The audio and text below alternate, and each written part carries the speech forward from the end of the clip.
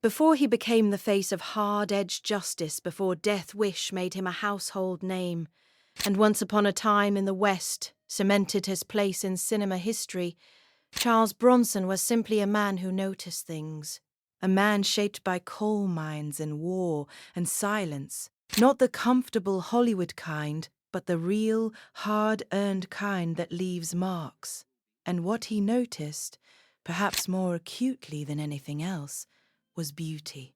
Not the kind manufactured in studio lighting with a team of professionals and 2 hours of preparation, the kind that walks through a door and changes the atmosphere of a room, the kind that a man from Ehrenfeld, Pennsylvania, a man who'd spent his boyhood in poverty and his young manhood in combat, recognizes immediately because it cuts through every layer of pretense and hits something fundamental.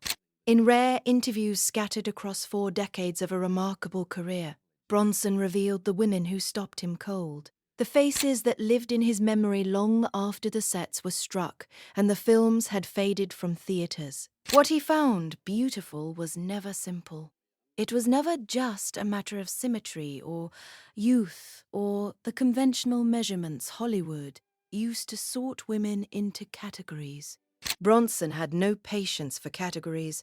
He was a man who saw things directly, said things plainly, and felt things more deeply than his granite exterior ever suggested.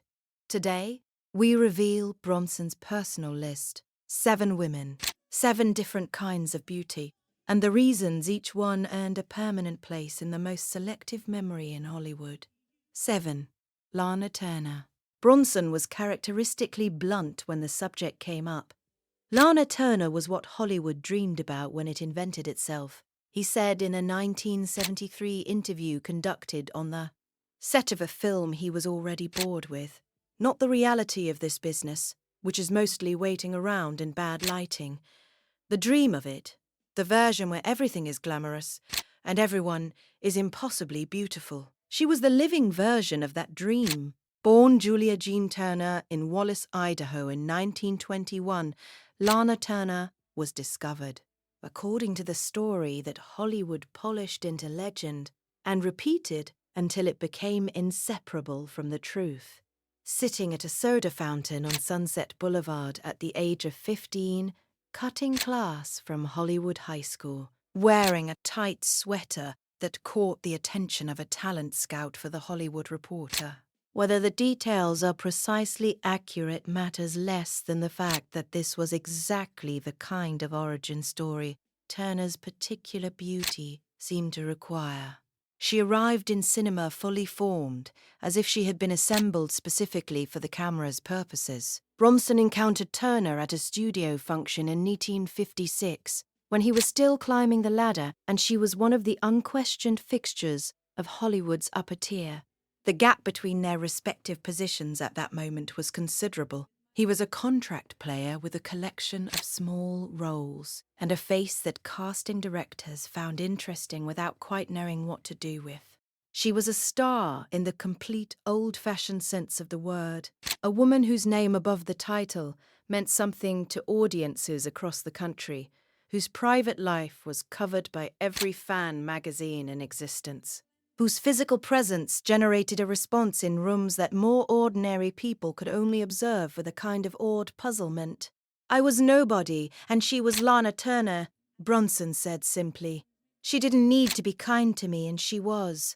Kind to me anyway. That impressed me as much as the face." He paused in the unhurried way he had of pausing when he wanted you to understand that what came next mattered. But the face was something else entirely. What distinguished Turner's beauty in Bronson's assessment was its quality of completeness. Nothing tentative, nothing approximate, nothing that required the right angle or the favorable light. She was, as he put it, finished in every direction. You could look at her from anywhere and get the same answer. Her films, The Postman, Always Rings Twice, Imitation of Life, Peyton Place. The Douglas Sirk melodramas that critics of the time dismissed and that later generations would recognize as among the most sophisticated works of the studio era, gave Bronson a sustained study in what the camera found when it found her. What it found was a woman who seemed to understand, at some level below conscious thought, exactly what the lens needed from her, and exactly how to provide it. She was a movie star in the way that word used to mean something. He observed in 1880, looking back over a landscape of cinema that had changed beyond recognition from the world Turner had inhabited. Not a good actor who became famous, not a personality who got lucky, a movie star. Someone the medium itself seemed to have produced for its own purposes. He let the distinctions settle. We made a lot of them in those years. We stopped knowing how. 6 Donna Reed, the choice surprised people. Not Ava Gardner, not Rita Hayworth, not any of the obviously incendiary names that populated the usual conversations about Hollywood beauty. Donna Reed, the woman America associated with domesticity and decency and the warm, scrubbed virtues of the post-war. Consensus. Bronson was thoroughly uninterested in the surprise. People think I'd go for the obvious choices, he said in 1976. The bombshells, the sirens. I appreciate those too. Don't misunderstand me. But Donna Reed had something that the obvious choices didn't. She had goodness in her face. Real goodness, not performed sweetness. Actual human warmth. That is its own kind of beautiful, and it's rarer than people think. Born Donna Belle Mullinger in Denison, Iowa, in 1921. Reed arrived in Hollywood via beauty contests and the MGM talent machine that processed, promising young women with the efficiency of an industrial operation and the occasional grace of something approaching artistry. She was, from the beginning, strikingly pretty in a way that the studio found useful, wholesome and accessible where many of their other contract players projected danger or distance, or the particular European sophistication that American audiences found simultaneously attractive and faintly foreign. Bronson worked briefly on the margins of a production that Reed was involved in during the early 1950s, before either of them had achieved the prominence that would define their later careers. His recollection of her from that period was vivid, precisely because she had done something that few people in Hollywood's competitive and anxious ecosystem seemed capable of doing naturally. She was kind, he said, not performing kindness for the benefit of people who could help her career, just actually kind to everyone in the way that people from certain places and certain backgrounds carry that quality as a matter of course. He thought about it for a moment. I came from a hard place. I could recognize the real thing when I saw it. With Donna Reed, it was real. Her. Performance in From Here to Eternity, the 1953 film that gave her an Academy Award and revealed, to audiences who had filed her under wholesome, a complexity and a wounded sensuality that the MGM years had never bothered to explore, was the film Bronson returned to most often when her name came up. That performance stripped away every comfortable assumption the audience had made about her and showed something underneath that was both more vulnerable and more interesting than the surface had suggested. She played a woman the censors of that era wouldn't even name directly, Bronson noted. A woman with a complicated life, complicated choices, and she played it with complete dignity. No apology, no winking at the audience. Just a real person living a real life. He looked satisfied with the memory. That took a different kind of courage than the obvious kinds. The courage of someone who trusted herself enough to go somewhere difficult. You saw it in her face. The beauty was always there, but that performance showed you the depth behind it. What Bronson returned to, in the end, was the specific quality of Reed's presence. The sense she gave, both on screen and in the brief personal encounters he could recall, of a person fundamentally at ease with herself. In an industry dedicated to the manufacture of unease, to the cultivation of hunger and ambition, and the perpetual dissatisfaction that drives people toward the next role and the next film and the next level of fame. Reed seemed to carry something that most of her contemporaries had either never possessed or had left behind somewhere on the road to success. She seemed content, he said. I don't mean passive. I mean she knew who she was, and she was all right with it. In Hollywood, that makes you a kind of exotic creature, a slight compression of his face that served him for a smile. The contentment showed in her face. It made her more beautiful, not less. I've always thought that was true. The unhappy ones are more dramatic. The content ones are more beautiful. 5. Deborah Kerr. Understated, Bronson said, as if the word itself was a verdict. Everything about her was understated. The beauty, the talent, the effect she had on people. She never pushed anything at you. She just let it be there and trusted you to find it. He paused. Most people found it immediately. Born Deborah Jane Kerr Trimmer in Helensburgh, Scotland in 1921.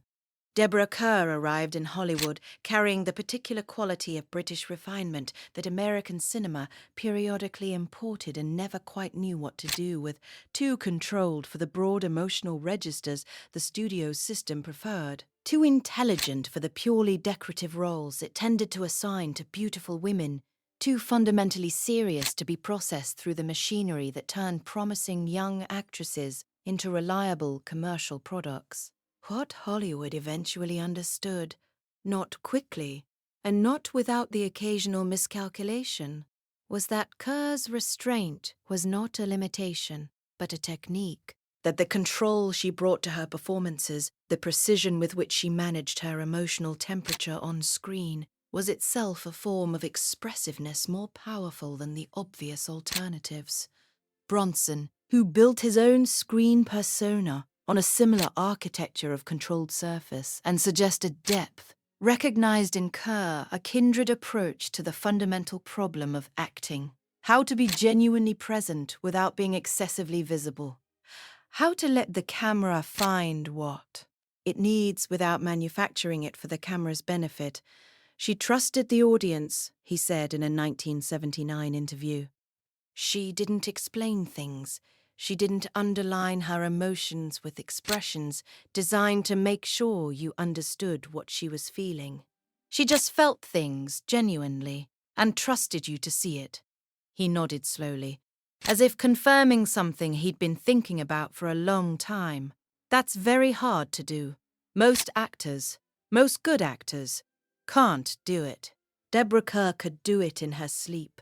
Her performance in From Here to Eternity, the same film that had revealed Donna Reed's hidden depths, gave Kerr the most famous scene of her career. The beach scene with Burt Lancaster that the censors of 1953 found dangerously provocative, and that audiences found, among other things, evidence that Kerr's carefully maintained image of English propriety contained considerably more fire than anyone had previously suspected. Bronson found the scene less interesting than what surrounded it. Everyone talks about the beach, he said. I always looked at the other scenes, the ones where she's trying to be proper and correct and everything her position requires her to be, while something completely different is happening inside her. He leaned forward slightly, which for Bronson was the equivalent of considerable animation. That tension between the surface and the interior, she played that better than anyone I can think of. The beauty was part of it, the composed, classical beauty containing something warmer and more dangerous. It was right there in her face if you knew how to look. Their paths crossed at industry events through the late 1950s and 1960s and 1960s, and Bronson's observations of Kerr in person confirmed what he found in her films. She was, he said, exactly as composed in life as on screen, and exactly as warm when the composure relaxed slightly, and exactly as interesting in the gap between those two registers. Some actresses are smaller in person, he observed. The screen magnifies them and reality reduces them. Deborah Kerr was the same size on screen as off, exactly as substantial, exactly as present, exactly as beautiful. He regarded this as significant. That's not as common as it should be. 4. Jean Tierney. Bronson went quiet when this name came up, in the particular way he had of going quiet when something touched. Something real, not the tactical silence of a man choosing his words, but the involuntary stillness of someone genuinely moved by a memory. Jean Tierney, he said finally, with the flatness of a man stating a mathematical certainty. If you want to talk about a face that the camera was invented to find, you're talking about Jean Tierney. Full stop. End of conversation. Born in Brooklyn in 1920 to a prosperous family, her father was a successful insurance broker, and rather was a successful insurance broker. Her upbringing comfortable and socially connected in ways that gave her an ease of manner that most Hollywood actresses had to laboriously construct. Jean Eliza Tierney arrived in cinema with the combination of extraordinary physical beauty and genuine personal complexity that directors spent careers hoping to find in the same person. The face itself was, by any reasonable assessment, among the most perfectly composed in the history of motion pictures. The cheekbones, the eyes, the specific architecture of her features. Daryl F. Zanuck, the head of 20th Century Fox, and a man not given to extravagant sentiment, said she was the most beautiful woman in the history of Hollywood. Directors who worked with her struggled to disagree. Audiences needed no convincing. Bronson encountered Tierney at a Hollywood gathering in the early 1960s, a period when her career had been interrupted by the series of personal tragedies and mental health struggles that would come to define the second half of her life as completely as her films had defined the first. The Tierney he met was different from the incandescent creature who had illuminated Laura and Leave Her to Heaven and The Ghost and Mrs. Muir in the previous decade. More fragile, more carefully assembled, more aware of what it cost to maintain the appearance of composure. She was still the most beautiful woman in the room, he said. Whatever had happened to her, and I knew something of what had happened, the face was still extraordinary. But there was something in her eyes that hadn't been there in the films, a kind of knowledge. He stopped, a knowledge of how much pain a person can absorb and keep going. You saw it when you looked at her, and it made the beauty more real, not less, more human. What Bronson found most remarkable about Tierney's screen work was the specific quality of her presence in Laura, Otto Preminger's 1944 masterpiece, in which Tierney plays a woman believed dead for most of the film, existing only as a portrait on a wall, and in the obsessive memories of the people who knew her. The film asked Tierney to be both present and absent, both real and mythological, and the fact that it succeeded as completely as it did was, in Bronson's estimation, entirely attributable to the quality she brought to it. Preminger needed an actress whose beauty could become an obsession, Bronson observed. Not just attractive, not just pretty, but genuinely haunting. The kind of face you could believe a man would lose his mind over. And the reason it works is because Jean Tierney's face actually is that kind of face. He said it without sentiment, as a plain statement of observable fact. You watch that film and you completely understand. Of course someone would become obsessed. Of course. What else would you do? Her performance in Leave Her to Heaven, the 1945 film that gave her an Academy Award nomination and required her to play a woman of consuming, ultimately murderous jealousy, demonstrated the other dimension of what Bronson had identified. The same beauty that made her an object of adoration could, with a different emotional charge running through it, project something deeply unsettling. The face remained perfect. What animated it had changed entirely. She could do both things with the same face, Bronson said, the warmth and the danger.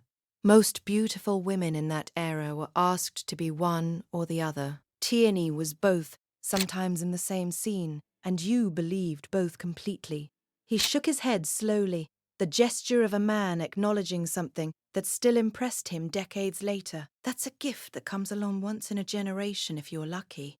Hollywood was very lucky. 3. Ava Gardner. He went quiet when the name came up. Not the calculated silence of a man choosing his words, but the involuntary stillness of someone encountering a memory with real weight to it. Ava Gardner, he finally said, in a nitty interview with a Spanish magazine. What do you want me to say about Ava Gardner? That she was beautiful? That's like saying the Atlantic Ocean is wet. It tells you something, but it misses the point entirely. Born in Grabtown, North Carolina, in 1922, the 7th child of a tenant farmer, Ava. Lavinia Gardner arrived in Hollywood via photograph and the ambition of a brother-in-law with connections to MGM's talent scouts. She arrived with limited acting training, no particular industry connections of her own, and a face that reportedly caused a traffic accident when her photograph was displayed in a New York City shop window. What she did with what she had remains one of the more extraordinary individual achievements in Hollywood history. Bronson encountered Gardner at a party in Madrid in 1970. She had lived in the Spanish capital for years by then, having fled Hollywood with the combination of relief and regret that characterized her complicated relationship with the industry that made her famous. She was 47. She was, by every account of everyone present, the most beautiful woman in the room. She walked in alone, Bronson recalled. She didn't need anyone with her. She didn't want anyone with her, I think. She was completely self-contained. The face, the way she carried herself, the way she looked at people as if she was deciding whether they deserved her attention. He stopped. She was fierce. That's the word. Not threatening fierce, like something wild that had learned to operate in rooms. What set Gardner apart from every other beauty Bronson could name was the specific quality of her authenticity. In a business built entirely on careful construction, on lighting and makeup and camera angles and the labor of countless professionals devoted to the manufacture of illusion, Gardner somehow remained irreducibly, defiantly real. She was exactly who she appeared to be, which was a person of such startling physical presence and such complete personal honesty that the industry that employed her was never quite sure how to handle. Her Hollywood wants beautiful women it can manage, Bronson said. Avava wasn't manageable. Not in the slightest. She drank what she wanted to drink. She said what she thought, she left when she was bored, and she stayed when she was interested. Louis B. Mayer owned half of Hollywood, and he couldn't manage her. Something like admiration moved through his voice. She owned herself. Completely. That's an extraordinary thing to see. He had seen her films, of course.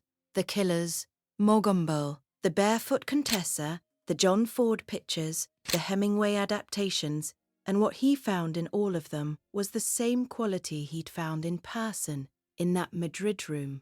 A woman who was never acting, precisely but simply arriving, bringing to each performance the full weight of an identity so complete that fictional characters became real in her presence, rather than her presence becoming fictional in their world. Watch The Barefoot Contessa, he advised. Mankiewicz understood what he had. He let the camera find her from every angle, in every light. She was as beautiful in flat afternoon light as she was in the most carefully managed studio shot. He shook his head slowly. That's very rare. Most beautiful women have a best side and best lighting. Ava Gardner didn't have a worse side. There was nothing that didn't work. Their conversation that night in Madrid lasted 2 hours. Long by the standards of two people as privately contained as Bronson and Gardner, and covered by his account, films, Spain, the nature of celebrity, and the specific relief of getting older in a business that prefers you young. When they finally parted, Gardner fixed him with the direct gaze that had unsettled MGM executives and film directors and 3 husbands, including Frank Sinatra, she said. You're all right, Bronson, he recalled. Coming from Ava Gardner, That was a review I'll take to my grave. He was quiet again. Then, she was the most naturally beautiful woman I ever met in this business. Not the prettiest, the most beautiful. There's a canyon of difference between those two things. Two, Grace Kelly. Bronson was blunt about it. She was too good for Hollywood, and Hollywood knew it, he said. That's why she left. He first saw her in Rear Window and felt something he struggled to name for years afterward. Not attraction, exactly. More like recognition, like seeing proof of something you'd suspected was possible but had never seen confirmed. Born in Philadelphia in 1929 into a family of Irish-American wealth and athletic distinction, Grace Patricia Kelly seemed from the beginning to belong to a different order of existence than the world she moved through. Her father was an Olympic gold medalist. Her uncle was a Pulitzer Prize-winning playwright. Grace herself studied at the American Academy of Dramatic Arts and arrived in Hollywood with a sense of purpose and self-possession that the industry found simultaneously irresistible and faintly unsettling. Bronson never worked directly with Kelly. Their careers occupied different strata during the brief period before her marriage to Prince Rainier. The Reeve Monaco effectively ended her acting life in 1956, but he saw her at industry functions during the early years of his climb through Hollywood's ranks, and what he observed stayed with him. She moved differently than other people, he recalled in a 1980 interview. Not like she was performing, like she simply inhabited space more precisely than most of us manage. Every gesture considered without being calculated. It sounds strange to say about a movie star, but she had genuine dignity. What Bronson found remarkable about Kelly's beauty was its quality of inevitability. Watching her on screen, it seemed impossible that anyone else could occupy the space she filled. Hitchcock, who directed her in 3 films and understood beautiful women with the clinical precision of a jeweler assessing stones, called her the most perfectly controlled instrument he'd ever worked with. Bronson agreed with the diagnosis while questioning the framing.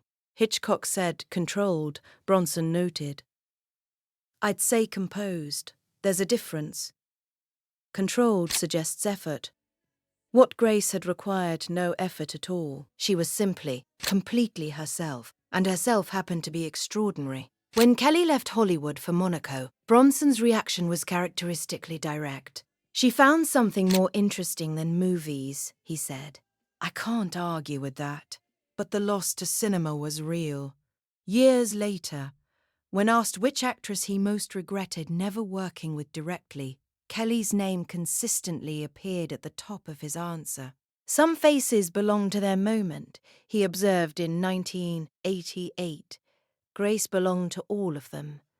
The newsreels from her wedding looked like the most expensive film ever made. She didn't need a director. She just needed a camera and the sense to stay out of her way. He was quiet for a long moment. We didn't have many like her. We don't have any now. What he came back to, in later years, was the specific paradox of Kelly's career. She had achieved, in 5 years of major film work, a body of achievement that most actors spend entire lifetimes building toward and never reach. And then she had walked away from it without apparent regret, drawn toward a life that offered something the screen could not. Permanence, perhaps, or privacy, or the satisfactions of an existence that belonged entirely to her rather than to the projections of an audience. The movies needed her more than she needed them, Bronson said. That's the truest kind of power. Not the power of leverage or negotiation, but the power of someone who could genuinely take or leave the most glamorous life in the world because she already knew what she was worth. He allowed the observation to rest without embellishment. I respected that more than almost anything else I can name in the history of this business. 1. Elizabeth Taylor. There was no hesitation. When the question was asked, the name came immediately, the way a true answer comes. Not retrieved, but simply present, waiting. Elizabeth Taylor, Bronson said, In an interview conducted in 1985 at his Bel Air home, the afternoon light coming through the windows at an angle that made everything in the room look slightly golden. I don't need to think about it. I've never needed to think about it. If you're asking me about beauty, the real thing, the kind that redefines what you thought, the word meant, then the conversation begins and ends with Elizabeth Taylor. Born in London in 1932 to American parents, her father was an art dealer, her mother a stage actress. Elizabeth Rosamond Taylor arrived in Hollywood at the age of 9 and proceeded to do something almost no child actor in the history of the medium had managed to do. She grew up, not just physically though, the physical transformation from the girl of national velvet to the woman of a place in the sun was itself one of the more astonishing developments in cinema history. She grew up, in every sense, into her beauty, into her talent, into an identity so complete and so formidable that the industry that had manufactured her eventually found itself unable to contain what it had made. Bronson first saw Taylor at a distance, on a studio lot in the early 1950s, when she was already a fixture of the MGM system, and he was still a background player with dirt under his fingernails and a face that the camera found interesting, for reasons nobody had quite articulated yet. The gap between their respective positions was essentially the gap between a star and a person who hoped someday to become one. He watched her cross a courtyard between setups, surrounded by the usual machinery of attention that accompanied her everywhere, and felt something that he would spend the better part of 30 years trying to describe accurately. "There's beauty and there's what Elizabeth Taylor had," he said in the 1985 interview. "The second category contains one member. That's not hyperbole. That's a factual statement about the history of this medium. I have never seen, before or since, anyone who affected people the way she did, simply by being in a room, not by doing anything, just existing. The air changed. The eyes were, inevitably, where every description began, and where most of them ended. The violet eyes, so unusual that some observers initially believed they were a camera trick, a product of lens filtration or special lighting, that seemed to hold the light differently than ordinary eyes held it, to return it to the world with some added quality that could not be technically explained. Bronson, who was not a man given to florid language, found himself reaching for it anyway. "They caught the light in a way I've never seen another person's eyes catch it," he said. "Not just striking, not just unusual. Something that made you feel like the light itself was cooperating, like it understood what it had found and was trying to do it justice." He stopped, aware that he had gone further into description than was characteristic of him. "I'm not a poet, but there it is." His direct encounters with Taylor were limited. She moved through a different social and professional stratum for most of their parallel careers, the extraordinary celebrity of her private life creating a kind of atmospheric pressure around her that made casual contact unlikely. But on the occasions when their paths crossed at industry events in the 1960s and 1970s, what he found confirmed and extended everything he'd observed from a distance. "She was funny," he said, and the word landed with the weight he intended it to carry. Genuinely, surprisingly funny. Sharp, self-aware. She knew exactly what she was, and she found it genuinely amusing. He let that rest for a moment. "Most very beautiful women are not funny. I don't know why that is. Some equation where the beauty takes up the space the humour would have occupied, maybe." Taylor had both fully simultaneously. I found that almost more remarkable than the eyes. What particularly struck him was Taylor's relationship to her own fame. A fame so extreme and so sustained that it had become something qualitatively different from what other famous people experienced. She had been one of the most recognized faces on earth for the better part of 40 years by the time of their later encounters. The weight of that recognition, the perpetual visibility, the impossibility of ordinary experience, These were things that had diminished other people, had reduced them, or warped them, or left them somehow less than what they might have been without the magnitude of the attention. Taylor, Bronson felt, had done something different with it, something rarer.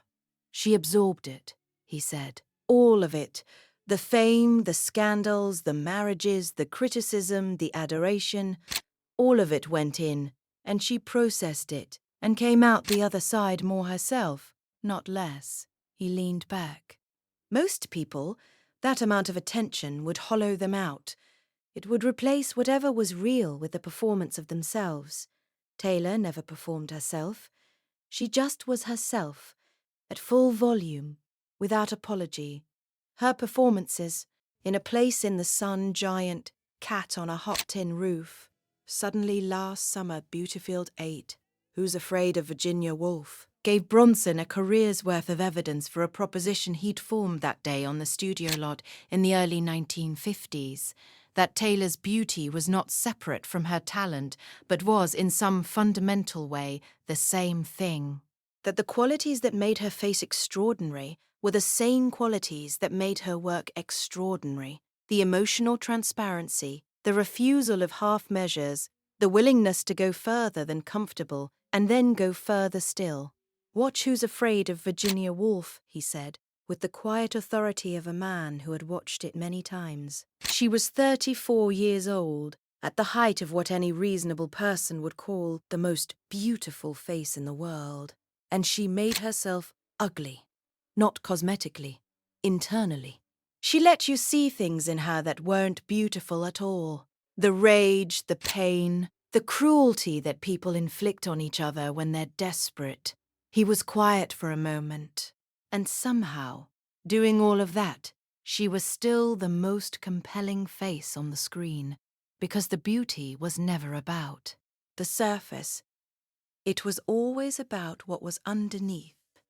That, in the end, was what Bronson came back to when asked to explain why Taylor occupied the first position on a list that included faces most people would have considered adequate to anchor any conversation about beauty for a generation.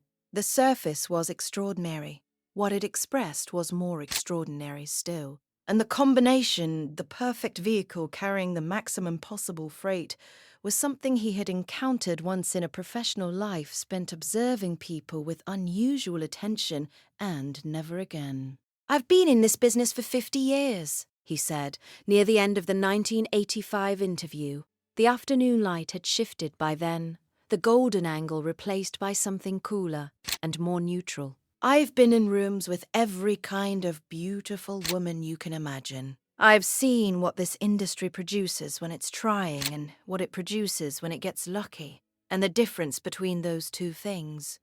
He looked directly at the interviewer in the way he had of looking at things that mattered. Elizabeth Taylor was not produced. She arrived, fully formed, completely herself, unlike anything before or since. He was quiet for the last time. You get one of those. If you're paying attention, 7 names. 7 different textures of an idea that most people think they understand, and almost nobody does. From Turner's assembled luminosity to Reed's genuine warmth, from Kerr's composed intelligence to Tierney's haunting duality, from Gardner's untamable authenticity to Kelly's unreachable perfection, to the absolute irreducible fact of Elizabeth Taylor, what runs through all of them is a single thread that Bronson spent his career trying to identify and never entirely succeeded in putting into words, but he came closest perhaps in a conversation in the late 1990s, sitting in the garden of his home with a journalist who had asked a question he'd been asked 100 times before, and that he had never quite answered the same way twice. "What makes a woman beautiful?" the journalist asked. "Really beautiful, not pretty, beautiful." Bronson was quiet for a long time, long enough that the journalist began to wonder if he'd decided not to answer. "Truth," he said finally. "The ones on my list were all telling the truth, with their faces, with their work, with the way they moved through a room." They weren't performing beauty. They weren't managing it, or protecting it, or offering it to you as something they'd carefully prepared. They were just true. He looked at his hands, the enormous, weathered hands that had dug coal, and swung hammers, and carried 50 years of hard work in every line. Truth is the most beautiful thing in the world. Always has been. The women who understood that, the ones who lived it, in front of the camera and off of it, those are the ones you remember. Those are the ones that last. He looked up.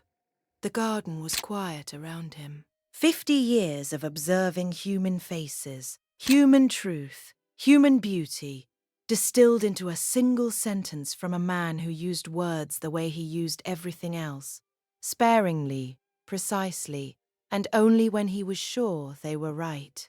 Those, he said, are the ones.